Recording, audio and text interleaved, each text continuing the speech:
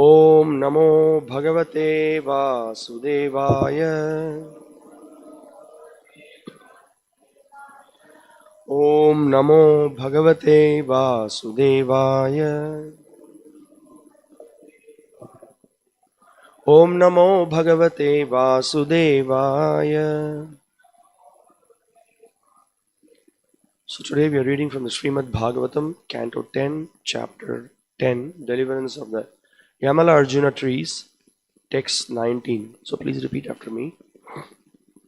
Tat aham mattayoho madhya varunya shri mada andhayoho tamah madam harishyami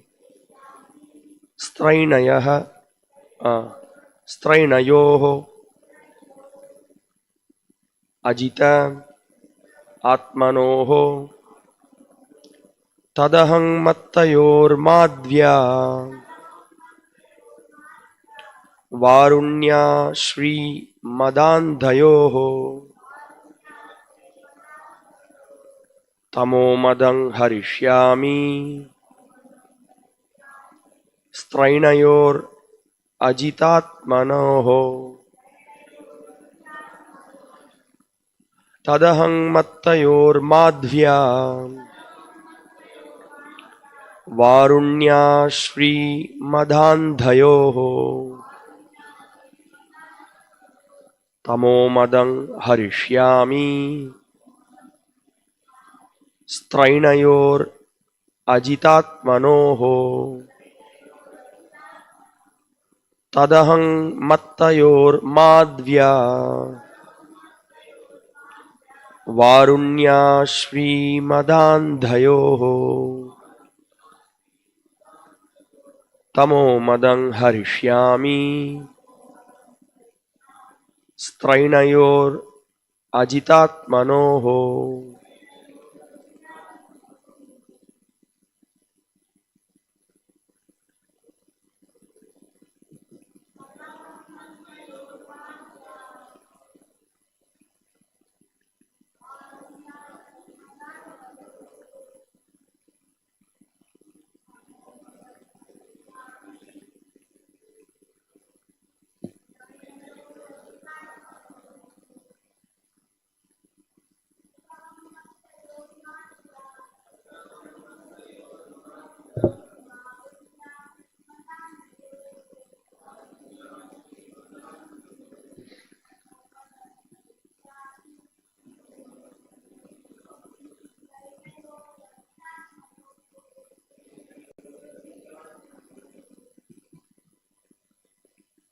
Mataji.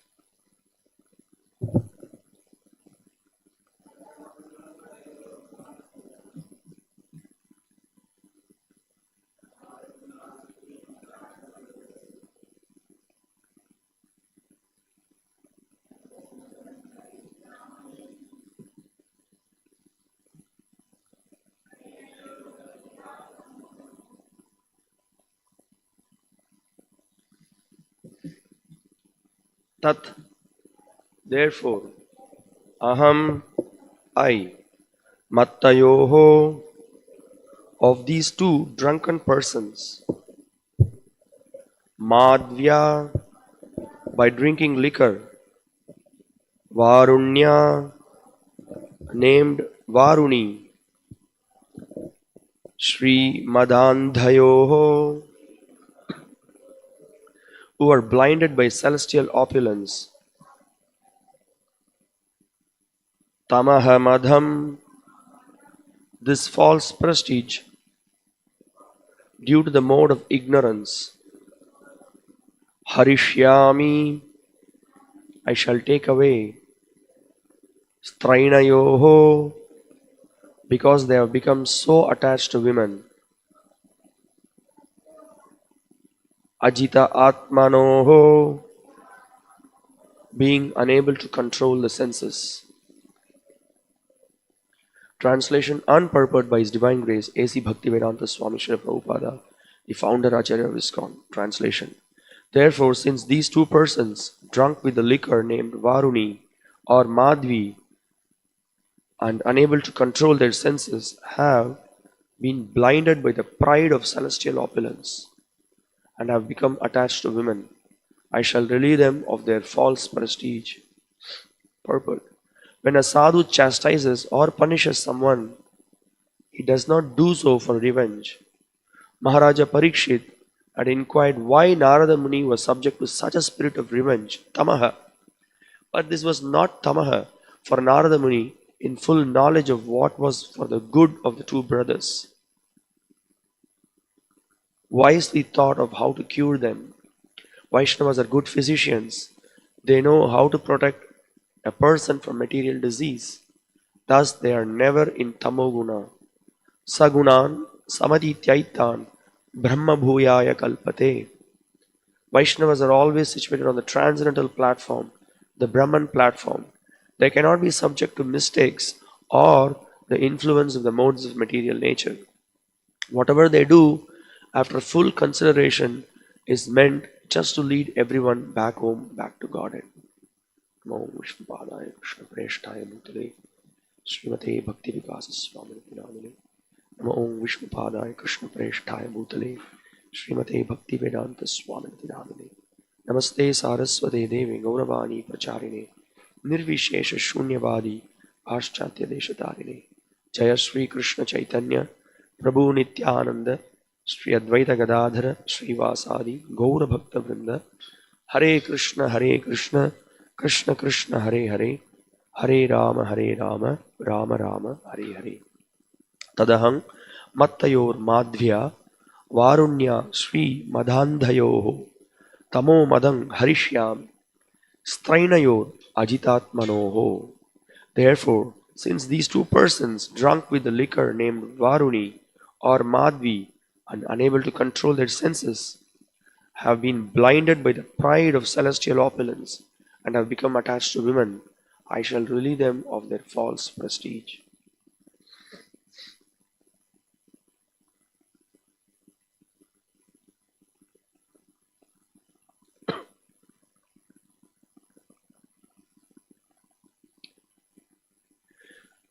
So here we can see Narada Muni, being the real well-wisher of all the conditioned souls, is seriously thinking and also analyzing what to do, how to help them.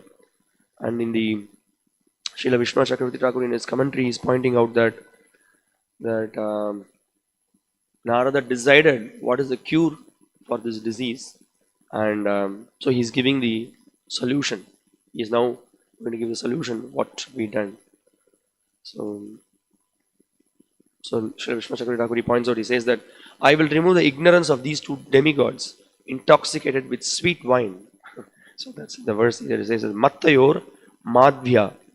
Srila Prabhupada in his translation, he says that Varuni or Madhvya, this is the intoxicant that they were, because of drinking that, they became blind. They were intoxicated with sweet wine.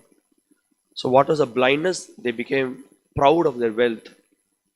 And of course, when one becomes very proud of the wealth, when too much of money is there, the next thing, as the verse says, Strainayor, too much association with women. So too much association with women, and then the wealth, then you become blind. Bhoga Ishwarya Prasaktanam Taya Apahurta Chetasam. So you can't be steady, you are bewildered, you can't think properly. There will be you can't have proper vivek, you cannot discriminate things in the right perspective. So exactly Narada Muni knows what's their problem, and he's going to curse. He's going to give a heavy curse on them. So he says that I shall relieve them of their false prestige. Tamo madam harishyami. So I will remove this madam, this pride that they have got. I shall take away, he says. Mattayoho, of these two drunken persons. Yeah. So interestingly, Srila Prabhupada immediately points out in the purport. So he says that, so he is answering the question, even Maharaj Parikshit, he raises the question that it appears like why Narada Muni, a great sadhu, looks like he's he should have been very patient, and then why it looks like he's taking a revenge. Why sadhu should be revengeful, isn't it? Sadhu should not have this attitude. He should always be very compassionate, merciful, tolerate. Just now in the previous verse we saw the quote from the Bhagavatam where Kapila Muni is defining who is a Satitikshavaha. And we can see also Srila Prabhupada in many purports and in many lectures he points out, he gives example of Nityananda Prabhu, gives example of Namacharya Haridas Thakur, gives example of Jesus Christ, and he says that how all these personalities were tolerant in spite of the attacks of the opponents. They were tolerant and they were giving mercy out. They were trying to help. Well, again, the way in which a devotee deals in certain situations, he knows as a perfect physician knows what kind of medicine needs to be administered for a person who is sick. What is the? It need not be the same medicine for all kinds of sickness. So Narada Muni specifically he saw here that these two sons of the Kuveras, they were completely blinded by the wealth, and they were intoxicated because of that they were very proud. So he charted a solution for them. So we will see in the upcoming verses how he's going to curse them. They become trees, and then we were also discussing in the last 3-4 days how by becoming trees your consciousness is very low. You can't become very insignificant. So in this way Narada Muni is teaching a lesson, and also by shaking them, bringing them to their consciousness, bringing them to their normal conditioning. He helps them to come out of the sickness by which they are suffering. So for us specifically, for those we are all neophytes, we may question right why Narada Muni has to deal with this. So Srila Prabhupada explains that in the purport. It's not that Narada Muni is influenced by tamoguna. It's not that he became angry when he was, oh, you did this, you disrespected me, now I will show my power, I will now curse you, you will suffer. That was not the intention. They are far above than those levels. They are thinking, oh, what foolish he is, completely in ignorance. So he's thinking how to benefit this person. So this is the great quality of a pure devotee. So Srila Prabhupada is pointing out here that Narada Muni wisely thought of how to cure them. And he also makes a point that Vaishnavas are good physicians. So whenever this analogy is given that ISKCON is compared to a big hospital, and then there are many physicians and there are many patients. Many patients they come. So we may think that patients are those people who are outside. We are also kind of patients in different degrees. Every one of us are sick in varying degrees. For some people the sickness is too much. For some people they are gradually getting cured. So we can see everyone is dealing with so many different kinds of anarthas, right? So we are in the process of getting cured. But the whole point is that we need to stick to the prescription of the physician. That's the most important thing. We need to have faith on the physician, and we need to stick to the medicines that he has given and the diet that he has given. So then with faith, if we continue to administer or faithfully follow the indications given in the prescription, then for sure over a period of time we will be cured. So Prabhupada points out Vaishnavas are good physicians. So they know how to protect a person from material disease. So yeah, we may go to a physician, they may give some tablets, some injections. Yeah, they'll be able to cure some fever or sore throat or malaria or whatever. But then this disease of kama, krodha, lobha, moha, mada, matsarya, they don't have medicine for this. In fact, the so-called physicians themselves are suffering from these problems. Right? They themselves do not have medicine. But the Vaishnavas, they exactly know what is spirit, what is matter, who is the controller of both spirit and matter, and why are we suffering in this material world, what is the purpose of the human form of life, and what should be our goal. They are exactly aware of that, and so they work towards helping the conditioned souls rise to the platform of transcendence. This is the way by which the Vaishnavas treat people who are conditioned in the material world. So I was just thinking of this whole, there are so many examples in the scriptures about how people become maddened by intoxication, by the association of women. Right there in Ramayana, we can see a situation where Sugriva, when he, after getting help from Lord Ram helped Sugriva to kill Vali, and then um, yeah, it was the rainy season began, so he got an order from Ram and Lakshman to assemble the Vanaras so that they can go in search to find out where is Mother Sita. They need to find out. They have a big task ahead. So it was raining. So Sugriva, after the instruction that he got from uh, Lord Ram, in the beginning, he started with the advice of his counselors and Tara. He started to engage in that venture.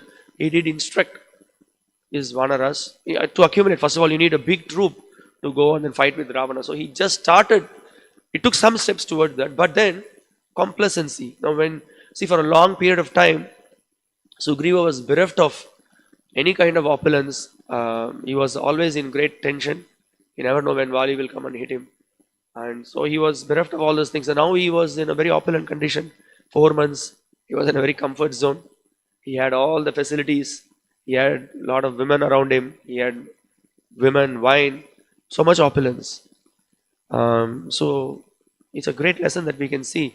So when there is opulence and sort of comfort, it's a tendency in us to forget what is our vision, forget what is our mission.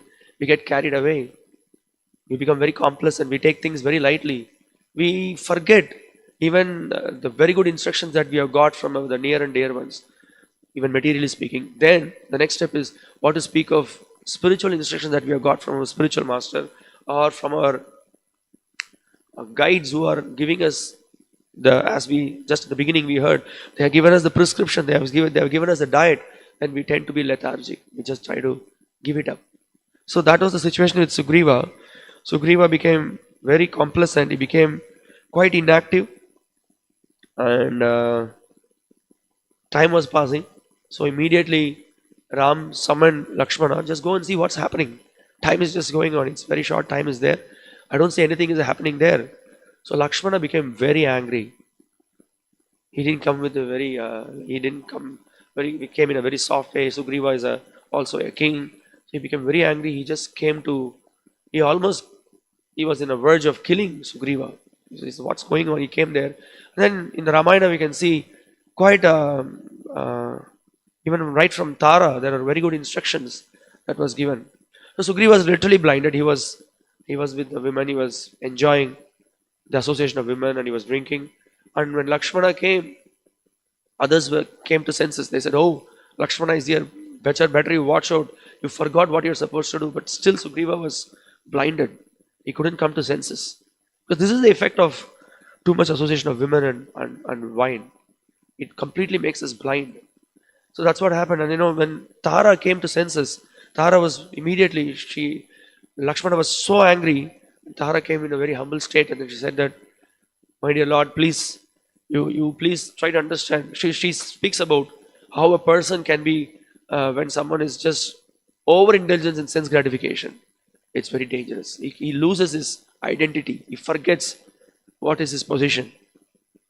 So she requested very nice verses in Ramayana. She says that what to speak of this Vanara? We are Vanaras, and Sugriva was for quite some time was deprived of all this opulence, and now he is blinded.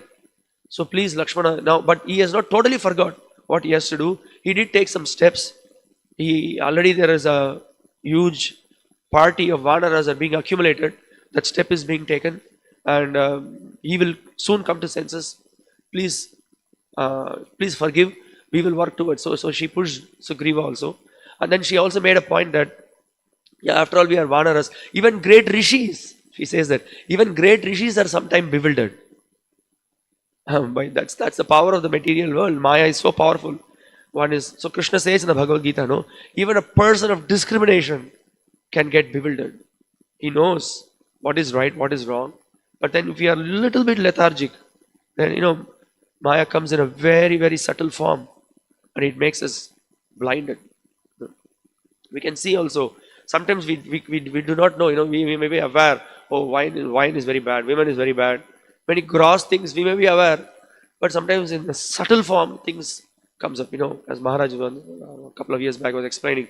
Nobody ever expected that Bharat Maharaj will get carried away, but he will be attracted by a deer.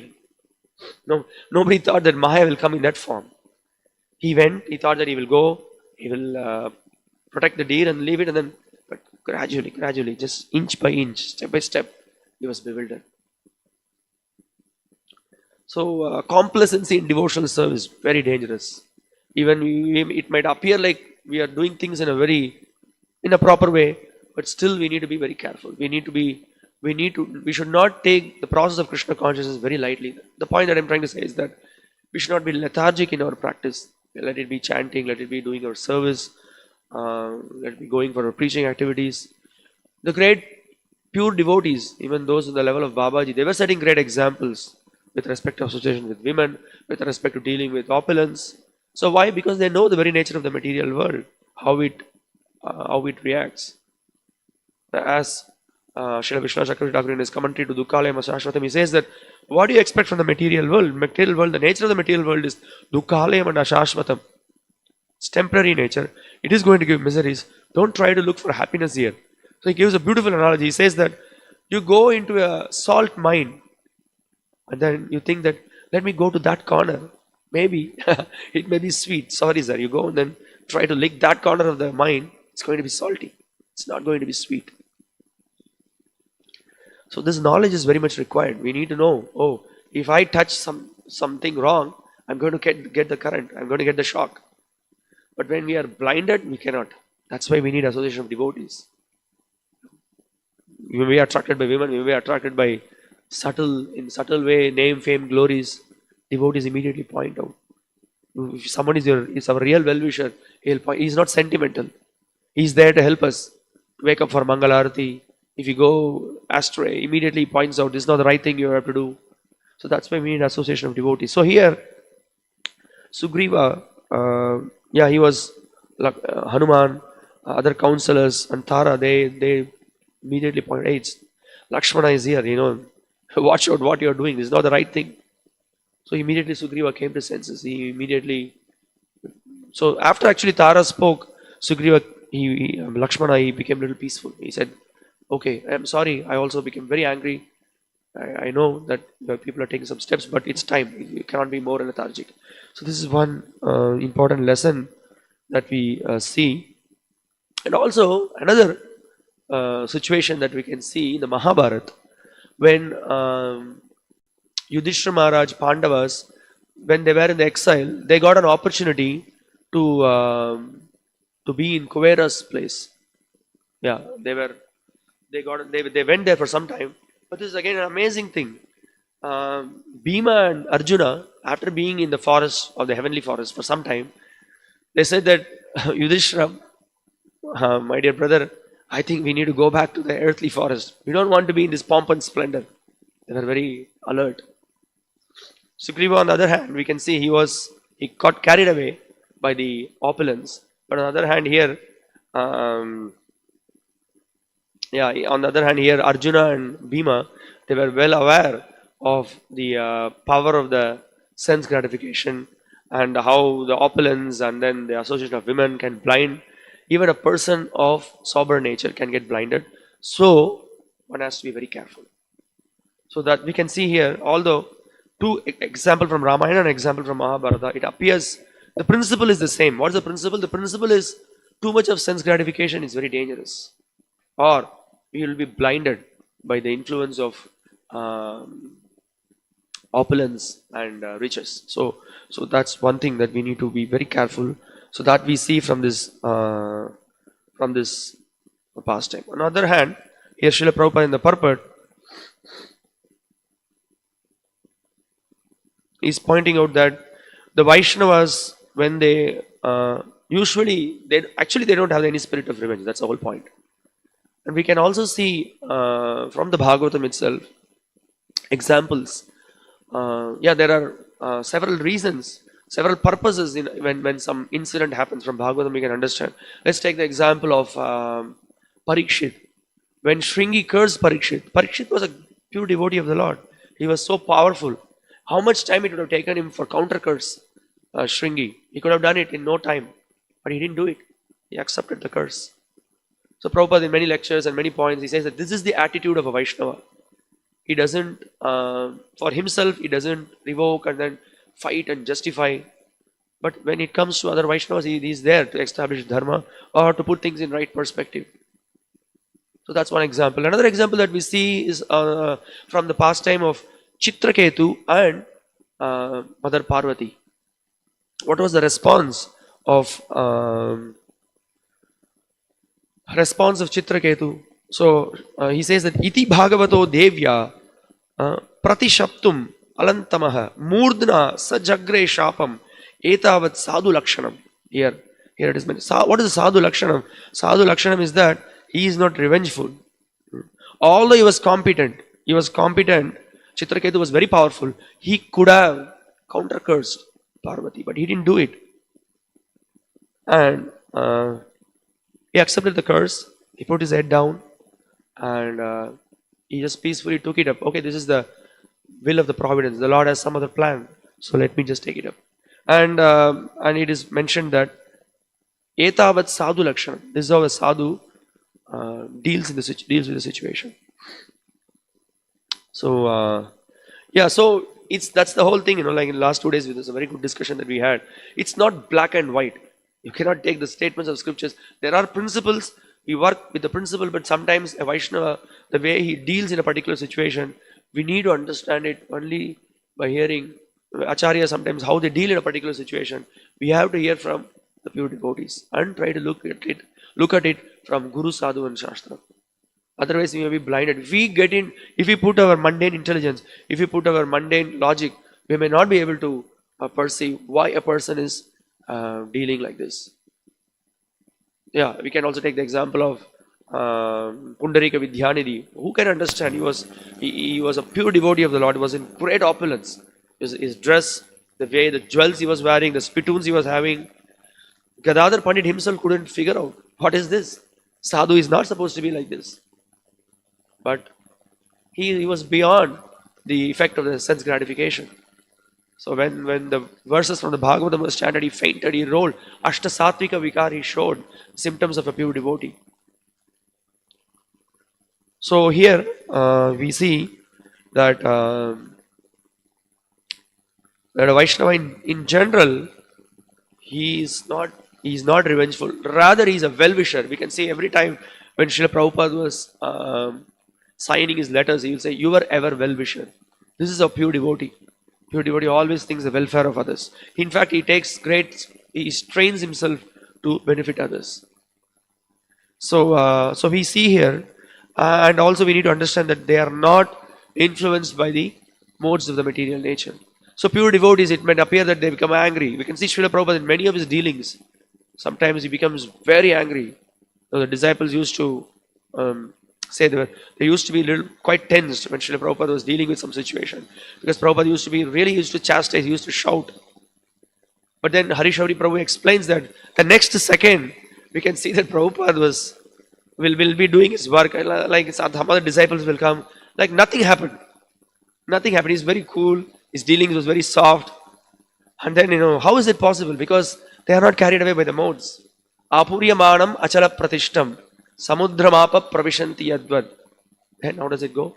Tadvad kamayam pravishanti sarve shashanti mapnoti nakama kami. Krishna Gita says that apuryamanam achala pratishtam. We can take the example of the samudra. On the outset, it is so much of waves. Everything is there. But deep inside the ocean, there is nothing. It's quite stable. Similarly, the Vaishnava, the pure devotee, deep inside the heart, he is absorbed in Krishna. But in his dealings with the day-to-day activities, he may become angry. He may become very furious, just to put things in right perspective. Like we can see here, Narada Muni, he became angry. He wanted to chastise Nalakuvar and Manigriva just for their benefit. We can also see the example of Namacharya Haridas Thakur. Just to benefit the prostitute, he was staying there for 3 days. Otherwise, he could have walked out. He could have left that place. But he says that let me benefit this uh, prostitute. Well, we cannot imitate also at the same time. We cannot imitate the great position of Narada Muni or Namacharya Haridas Thakur. However, from whatever is our capacity, whatever is our level, we should try to help others. That is the lesson that we need to learn. Yeah, and also this is an important thing. We should not comment on the pure devotees' activities. If we do, I'm not able to understand, but then we have to hear from those devotees who are very advanced. How is what are their activities? What they are doing? How to understand this?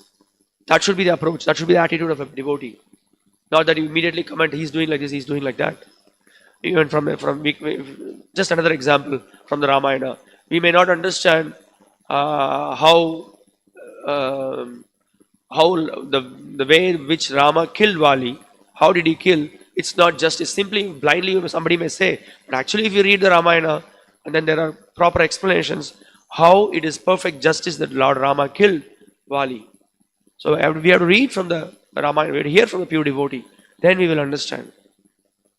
Otherwise, we may speculate something and then we may end up with offenses. The same scriptures, the pure devotees who are the channels by which they open up the path of transcendence, then we ourselves will create a block and then we will disassociate ourselves from this path of Krishna consciousness. So this is so important for us to understand. Yeah, and also we may have also when in that episode of Sugriva indulging in sense gratification, we can also see overindulgence in sense gratification. It's not necessary that it will immediately end up in frustration. In fact, it will push us more and more. So that's what Krishna says in the Bhagavad Gita. We should not forget it. Sometimes, some so-called psychologists, others will say that just be free, just enjoy, just let your desire, just leave it like that. If you feel for it, you do it. But that's the animalistic propensity. We can't do that. So because Krishna says in the Gita, Avritam jnanam etena jnanino nitya vairina kama rupena kaunteya dushpurena analena cha. You can experiment yourself. Put ghee in the fire. What will happen? Put more ghee, the fire is going to glow. It's going to really become more. It's going to just expand. It's going to further expand and expand and expand. So a sober person, what he does, wow, it's dangerous. You put the hand in the fire, remove it. So that's why we need association of sober devotees, and they help us. And when we are in Maya, very difficult. We cannot see things in proper perspective.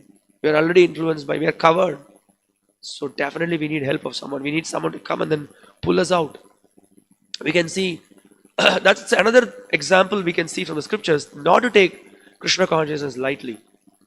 We can take the example of Kala Krishna, who was right there with Krishna, Sri Chaitanya Mahaprabhu, right there in the Chaitanya Leela. He was just bewildered by the prostitutes in Kerala, right? He was there with Chaitanya Mahaprabhu, they bewildered him, and then he just went away with them. And what did Chaitanya Mahaprabhu do? He personally came and pulled him out. He pulled him out. So we can't think that, I am 10 years practicing Krishna consciousness, I'm a senior devotee, I am this, I am that. We are very insignificant. This is what we need to remember ourselves. We are very insignificant. And we can also see from the scriptures and from the practice of great devotees, the more a devotee is serious in his practice of Krishna consciousness, or the more seriously is practicing the four regulative principles, the more devotee is serious in his dealings with money, women, with other devotees.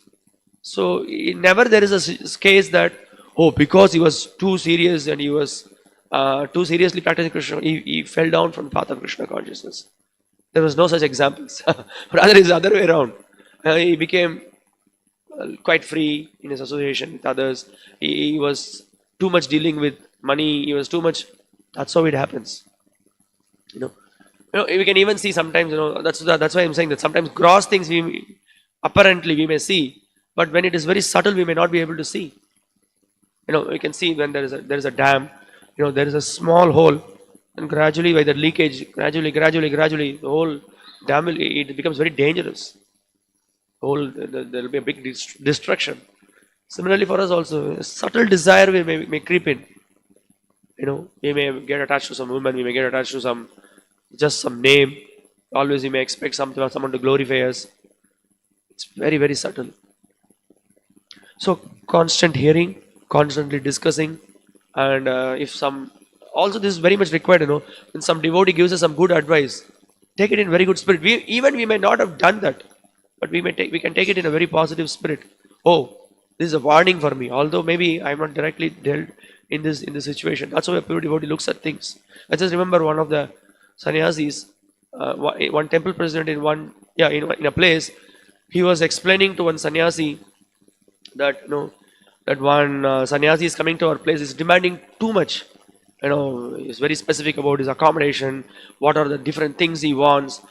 He wants for his personal deities, lot of money needs to be spent for the abhishek, for getting so many ingredients, and it was a little bit too much for the local temple president to meet with those requirements. So when he was explaining these things to another sannyasi, the first response from that sannyasi was that, hey, please watch it. If I do something like that, please tell me straight. I don't want to do this to you. So this is how he took it. But that sannyasi was a devotee with great Vaisnava etiquette, and he was very, very careful and he was very sober. And you can never expect such kind of things from him.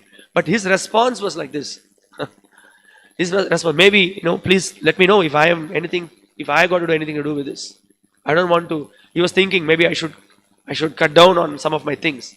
Then the devotee, that temple president was explaining, Maharaj, please, I wanted your help. You please don't cut down from whatever that you're doing. You're already on a very minimal level. So this is how, we need to look at things in the right way. We may have to look at situations from various perspectives. We should not look at something just from one angle and come to some conclusions, whimsical conclusions. That also creates a lot of misunderstanding. So what's the bottom line? The bottom line is very good association. Here regularly.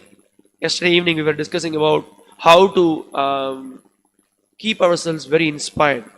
So some of the points that we were discussing was, one thing is that we need to remind ourselves that the process of Krishna consciousness, it's not a sentimental process that we are following here. It's a very authorized process, authorized by Guru, Sadhu and Shastra. We don't practice something on our own. We practice because the sadhus have acknowledged it. The spiritual master has given that. And they have acknowledged and given that because the scriptures are saying that. And so there is no mental speculation in this process. Nothing comes out of our own, like some so-called psychologist or some other counselor or therapist comes with some solution. No, we are following a very authorized process. So that gives us a great solace. No, it's not that something concocted. So this gives a solid evidence that Krishna consciousness is a very solid process. So Krishna says, Putamad Bhava Bhagata. So many people in the past, Vita Raga Bhaya Krodha, Manmaya Mam Upashita. So many people have come out of this Raga and Bhaya and Krodha. They have come out of this attachment. They have come out of this anger. They have come out of this greed just by following the process of Krishna consciousness. And then we can also understand that by regularly coming in association of devotees, by regularly reading, by regularly hearing, by regularly discussing with others, this whole process helps us to come out of Maya. Because what are we reading? We are not reading mundane subject. We are reading about Krishna. We are reading about Krishna's instruction, devotees, how the devotees are dealing in different situations, how the devotees are offering prayers to the Lord, how the different devotees are responding in various situations. It helps us to follow in their footsteps. It also continuously helps us to think of Krishna. Smartavyam satatam Vishnu, vismartavyam rajatochit.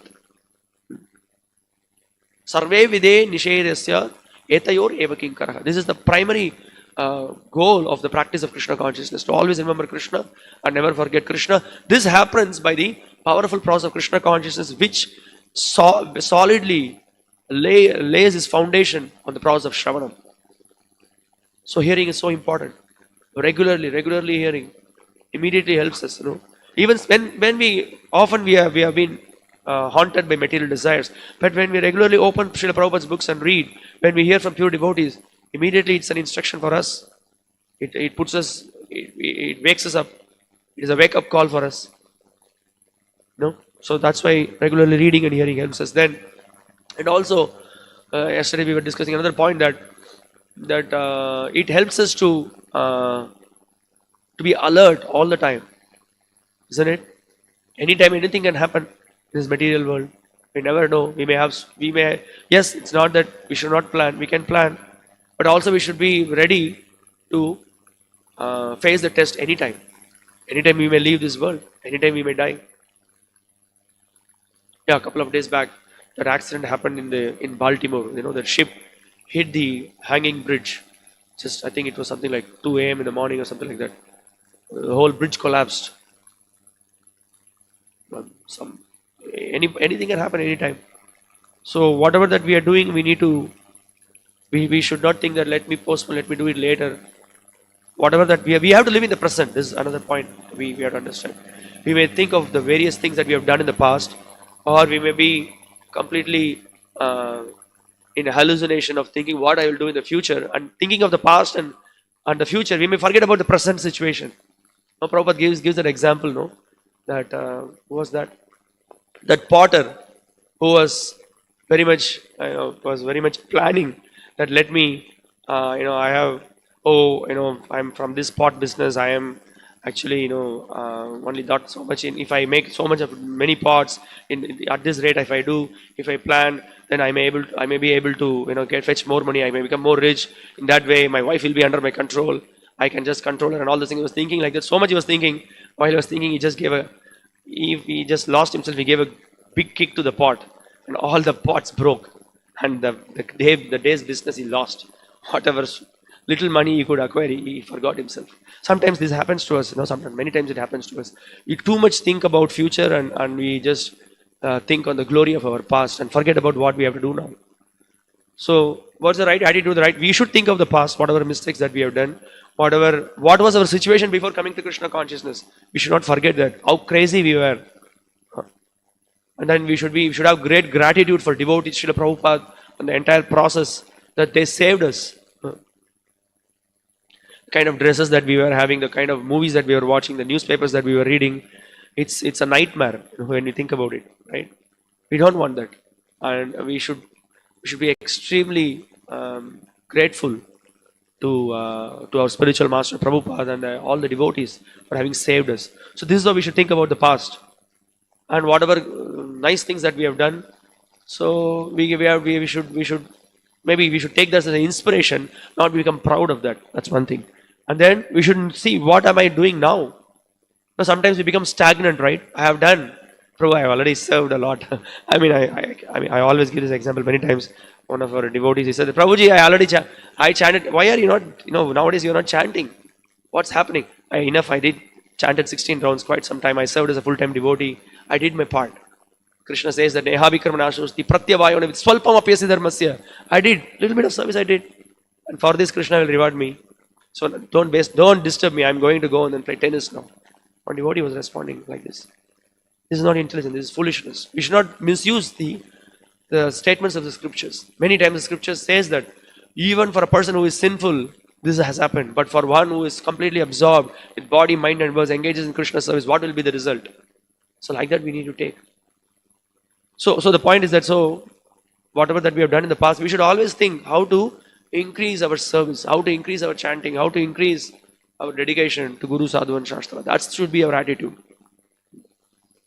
And we can see the entire in this chapter so far, Vairagya is so much being stressed, isn't it? No, we need to. Vairagya means not Vairagya without devotion. The principle is that we increase our devotion, and we can see all the followers of Chaitanya Mahaprabhu. They were very simple. Just we can see the example of the Pandavas, how they were not interested, although they were saintly kings. Still, they wanted to be a little simple because they know that's how the effect, what happens to the effect of the material nature. We can get carried away.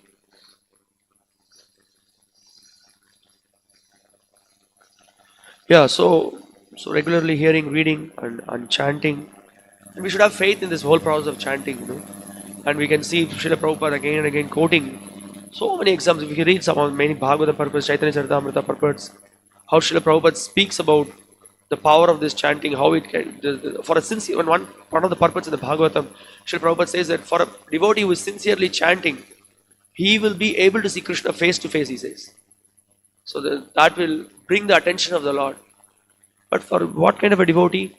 Who is very simple, who always wants to please Hari Guru Vaishnavas, who has the attitude of service. Sevon mukhe hi jigvadav. Swayam eva spuratyada. Is the whole key actually. And this is what the pure devotees are helping us. And by, as Srila Prabhupada in this purport makes the point that Brahma bhuyaya sagunan samadhitya itya. We are stuck in the material world. We are stuck because of the influence of the modes. But one who takes to Krishna consciousness, he will be able to overcome the influence of the modes of the nature.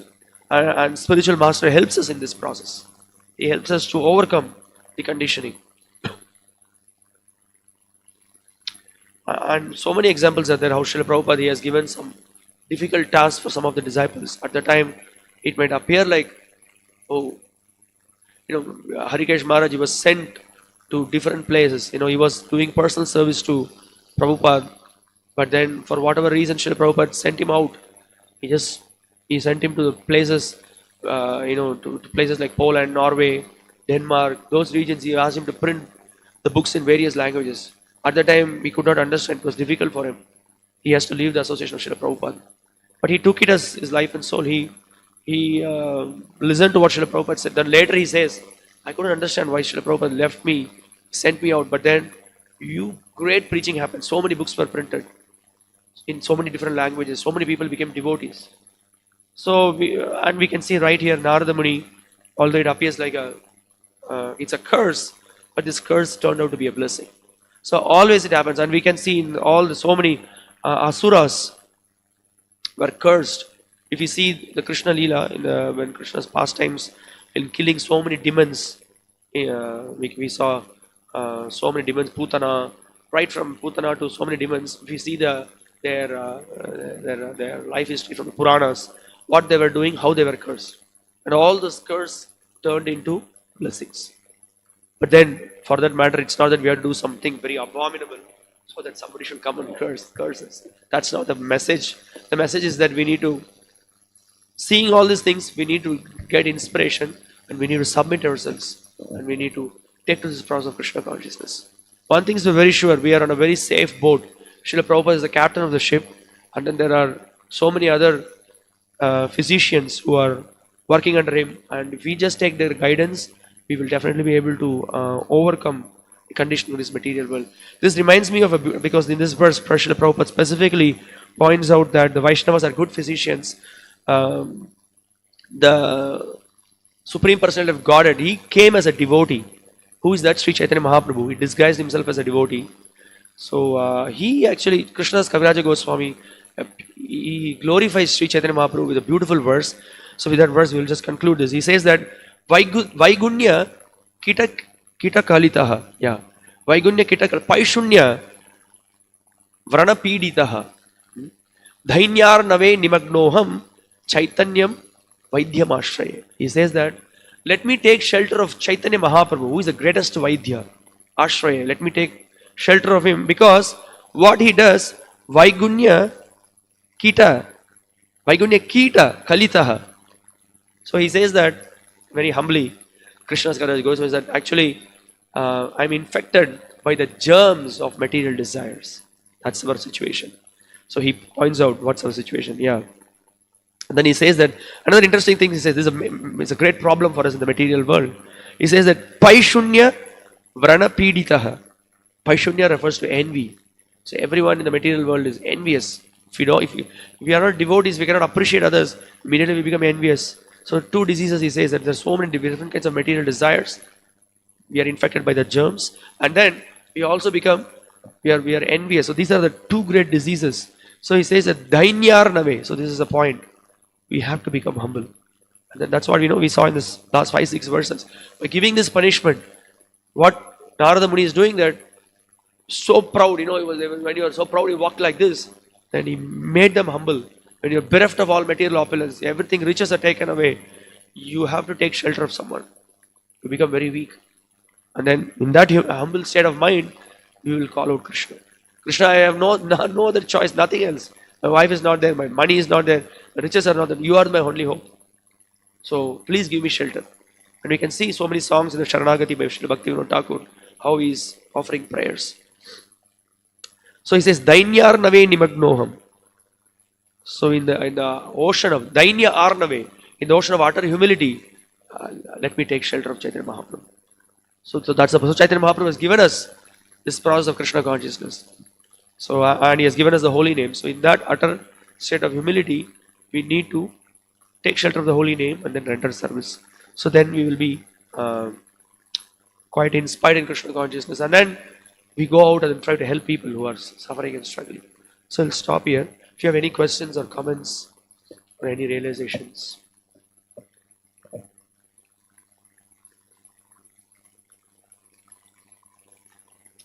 Yeah, we'll be seeing in the next few verses how